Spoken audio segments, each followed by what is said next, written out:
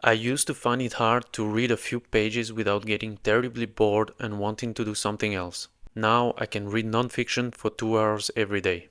I've been optimizing my way of reading for years, trying out everything. I found a way of being consistent to read as much as possible for my own benefit. Here's how I do it. Firstly, he who has a why can bear almost any how. You need a good reason to read because you're going to spend hours and hours staring at signs on paper. It's invaluable to have access to the knowledge of an expert in a field you wish to study, someone who has achieved a level of mastery and who has spent hundreds of hours writing a book that we can assimilate in a few hours. A peasant in the Middle Ages couldn't even read, and even if he could, before the invention of the printing press, books didn't circulate. His world would have been the church, his village, what the rumor said, and what the local lord wanted him to believe. Today, we have access to all the books and information in the world at our fingertips, but most people still live like medieval peasants and don't use this information to their advantage. If I've ever seen a cheat code or a superpower in life, it will be reading. You can talk to the dead, travel into the past, enter someone's thoughts, learn a lifetime's experience in just a few hours. Knowledge will build up like compound interest for the rest of your life. 1. Set yourself a specific time target to achieve each day. This is very simple, but it's the key step to everything else. My goal used to be to read a certain number of books per year, month, or week. That's a typical goal people set, but it's far too vague. It forced me to finish books just so I could say I finished them, even if I didn't enjoy it, and subconsciously made me read shorter, easier books. Implementing a certain amount of reading time per day has changed everything. 1. It makes the goal more achievable. It's an actionable step every day. 2. It promotes quality reading rather than quantity. 3. You can't improve what you don't measure. 2. Use a timer to keep track of time. A physical one is the best, so you don't have to use your phone. I bought the cheapest one on Amazon. It's a small investment that can improve productivity in all areas. Start it at the beginning of your reading session and stay focused on the activity until it rings. This is an easy way of measuring your time target while setting yourself the goal of not stopping until the bell rings. 3. Take your time. Reread if you haven't understood, reflect on the ideas, let yourself wonder about the subject. This is especially true for difficult and philosophical books. I'm not saying to daydream, but it's a way of incorporating boredom and using it for learning, because that's when you have revelations and bursts of creativity. It can also be meditative, a point I'll develop another day. If you read fast, it's because the book isn't good enough. You're not going to learn that way. All this speed reading crap is good for reading bad books or shopping list, but not for learning. The advantage of reading a book, whether physical or digital, rather than listening to an audiobook, is that you can take your time with an important part to digest it, or speed up at parts you don't like. 4. Take notes in your own words so that you can teach the learnings of the book to someone else. This is the Feynman technique, one of the best ways of understanding and retaining what you read over the long term. Note-taking also counts as part of your time goal. It's essential for learning. The same goes for regularly reading your notes. 5. Read several books at the same time. Reading the same book for an hour can become very boring. Changing the subject to vary the reading session is very effective. 6.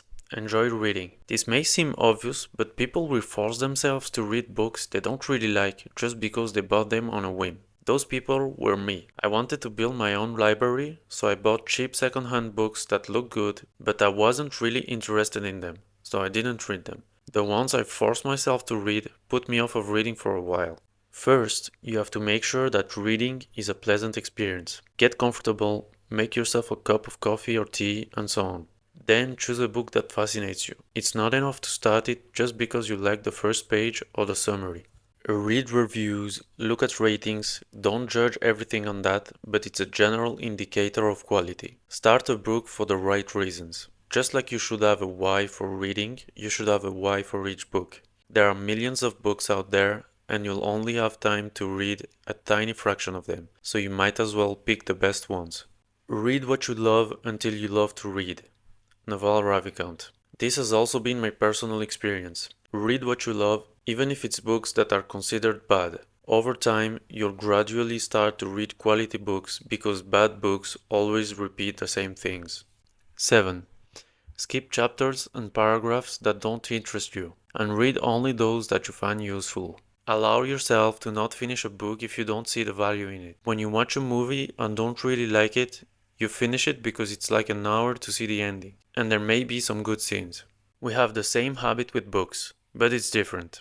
You're going to spend several hours reading it, and it's way less stimulating, especially non-fiction. If you don't like it, you're not going to learn anything from it. 8. Reread the books that have influenced you the most. It's better to read the 100 best books over and over again than to constantly start new ones. 9. Use an e-reader. I started out reading physical books, but that quickly reached its limit as it became a big expense. Discovering digital books really propelled my reading. I started on my phone, then I bought a Kindle, one of the best investments I made. You can read in any position because you don't have to worry about the light. It doesn't hurt your eyes, it's practical when you're going somewhere because it's light. All of that helps with the point about enjoying reading. Having books in digital format also means that you can have them on your phone so you can read them easily as a replacement for social media in everyday life. 10. Write down your reading time for the day in your daily goals checklist.